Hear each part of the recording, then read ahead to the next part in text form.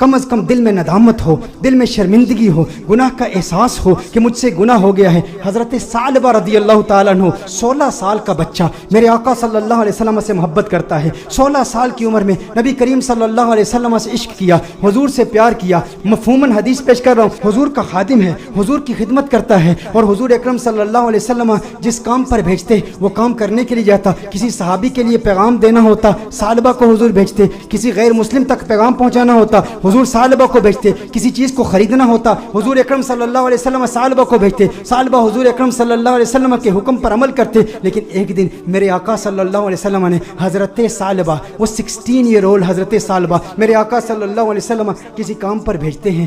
آدھے دن کا کام تھا لیکن بہت وقت ہو گیا، ثعلبہ واپس نہیں آئے۔ ثعلبہ کہاں گئے؟ جب واپس آ رہے تھے تو دیکھا کہ ایک حمام ہے، اس حمام میں ایک عورت نہا رہی ہے، ایک پردہ لٹکا ہوا ہے، ہوا کا تیز جھونکا آتا ہے، پردہ اٹھتا ہے، ان کی نظر اس عورت پر پڑ جاتی ہے۔ ان کے دل میں کچھ رغبت ہوئی، کچھ میلان ہوا، دل میں خیال آیا، ہے ثعلبہ دوسری نظر تو حرام ہے لیکن آج تو نے کیا کیا؟ آج تو نے اس عورت کو دیکھ لیا، یہ عورت نہا رہی تھی، تو نے اس حالت میں دیکھ لیا، تیرا دعویٰ یہ ہے کہ تو حضور اکرم صلی اللہ علیہ وسلم کا غلام ہے۔ اتنی کم عمری میں اللہ جل وعلا نے تجھے اتنا بڑا مقام دیا، اتنی بلندی دی، دنیا تجھے خادم مصطفیٰ کہتی ہے، دنیا تجھے حضور اکرم صلی اللہ علیہ وسلم کا صحابی کہتی ہے، حضور کا خدمت گزار ہو کے اس عورت کو تو نے دیکھا۔ ثعلبہ پر رقت طاری ہو گئی، اس قدر روئے، چہرہ آنسوؤں سے بھیگ گیا۔ ثعلبہ روتے ہوئے اپنے آپ سے یہ کہتے ہیں، ہو نہ ہو میرے آقا صلی اللہ علیہ وسلم پر یہ وحی نازل ہو چکی ہوگی، اللہ نے کلام کیا ہوگا کہ ثعلبہ منافق ہو گیا ہے، حضور اکرم صلی اللہ علیہ وسلم کی خدمت میں رہنے والا،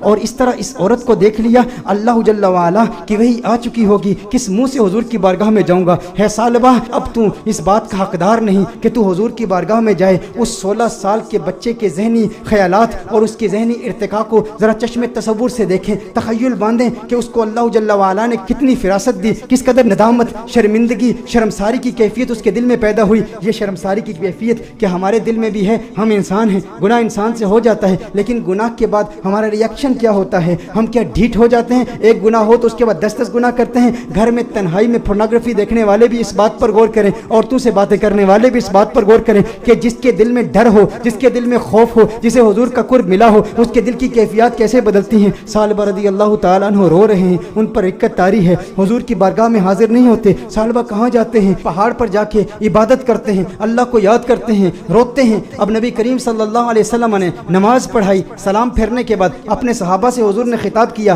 ہے صحابہ ثعلبہ کہاں ہے؟ ایک کام پر بھیجا تھا۔ صحابہ عرض کرتے ہیں، یا رسول اللہ صلی اللہ علیہ وسلم ثعلبہ تو آدھے دن کا کام تھا، ابھی تک واپس آئے نہیں، ابھی واپس پہنچے نہیں۔ نبی کریم صلی اللہ علیہ وسلم نے ارشاد فرمایا، تم جاؤ ثعلبہ کو تلاش کرو۔ ایک ہفتہ گزر گیا، ثعلبہ نہیں مل رہے، لوگ ثعلبہ رضی اللہ تعالیٰ عنہ کو تلاش کر رہے ہیں۔ دوسرا ہفتہ گزر گیا، تیسرا ہفتہ گزر گیا، میرے آقا صلی اللہ علیہ وسلم نے حضرت فاروق اعظم رضی اللہ تعالیٰ عنہ اور حضرت سلمان فارسی رضی اللہ تعالیٰ عنہ جیسے جلیل القدر صحابہ کا انتخاب کیا، کہا تم جاؤ اسے تلاش کرو۔ میرے آقا صلی اللہ علیہ وسلم نے ان صحابہ کرام علیہم رضوان کو بھیجا۔ اب یہ صحابہ تلاش کر رہے ہیں، 40 دن ہو گئے، گلیوں میں تلاش کر رہے ہیں، بازاروں میں تلاش کر رہے ہیں، دیہاتوں میں تلاش کر رہے ہیں۔ آخر وہ وقت آیا کہ جب وہ شہر کے مضافات تک پہنچ گئے، وہاں پر بلند پہاڑ تھے، چرواہوں کو دیکھا، ان سے پوچھا، کہا اتنا قد ہے، اتنی عمر ہے، رنگت ایسی ہے، نقوش ایسے ہیں، کیا اس بچے کو تم نے دیکھا ہے؟ یہ بچہ 40 دن سے غائب ہے، ہمیں نہیں مل رہا۔ انہوں نے کہا، کیا تم اس رونے والے بچے کا ذکر کرتے ہو،